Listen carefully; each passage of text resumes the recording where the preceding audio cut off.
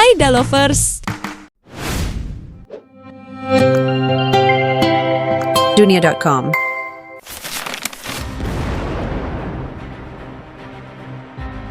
Dunia sedang memanas. Di tengah perang Ukraina, sanksi barat dan persaingan global, Australia justru mengambil langkah berani yang memicu kemarahan Rusia.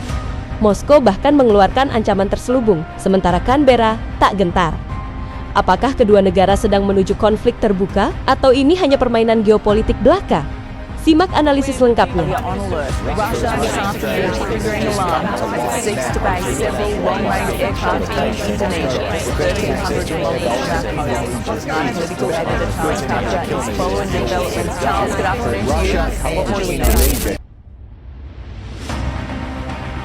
Hubungan Australia dan Rusia sebenarnya tidak selalu buruk. Namun, sejak 2014, khususnya setelah invasi Rusia ke Ukraina 2022, Canberra menjadi salah satu pendukung sanksi paling vokal. Australia bukan hanya mengirim bantuan senjata ke Ukraina, tapi juga memblokir aset oligarki Rusia dan mengusir diplomat. Rusia membalas dengan mencela Australia sebagai boneka AS dan mengancam konsekuensi serius.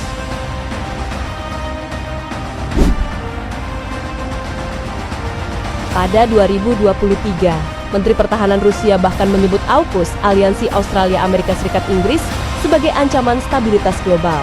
Moskow juga memperingatkan bahwa transfer kapal selam nuklir ke Australia bisa memicu perlombaan senjata.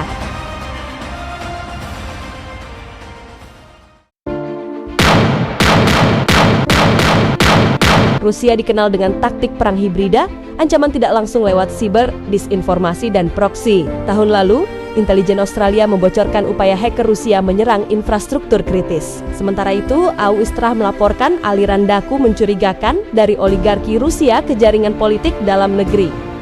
Tak hanya itu, Rusia semakin aktif di kawasan Indo-Pasifik berpatroli dekat Sea Australia, latihan perang dengan Cina, bahkan menjual senjata ke negara seperti Myanmar. Australia merespons dengan memperkuat pangkalan seperti Darwin dan meningkatkan patroli maritim. Lalu, apakah kedua negara benar-benar bisa berperang? Jawaban singkatnya, kecil. Tapi risiko eskalasi tetap ada. Rusia fokus pada Ukraina dan NATO, sementara Australia lebih khawatir dengan Cina. Tapi dalam skenario terburuk misalnya jika AS langsung bentrok dengan Rusia, Australia bisa terseret melalui aliansi ANZUS. Yang lebih realistis adalah perang proksi, perang siber, atau konflik ekonomi. Misalnya, Rusia bisa menargetkan perusahaan Australia di kawasan yang tidak stabil atau menggunakan disinformasi untuk memecah opini publik di Canberra. Lalu, bagaimana dampaknya bagi Indonesia dan Asia Tenggara? Ketegangan ini membuat kawasan semakin jadi ajang persaingan. Jika Rusia dan sekutunya seperti Cina semakin agresif, lalu Australia merespons dengan memperkuat militernya. Negara-negara seperti Indonesia harus waspada terhadap potensi instabilitas.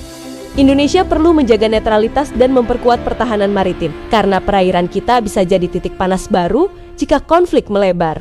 Pada akhirnya, Australia dan Rusia belum akan berperang langsung, tapi ketegangan ini adalah cerminan dari dunia yang semakin terpolarisasi di mana blok barat dan timur terus bersaing. Bagaimana menurut Anda? Apakah Indonesia sudah siap menghadapi efek domino dari konflik ini? Jangan lupa like, subscribe, dan komentar di bawah.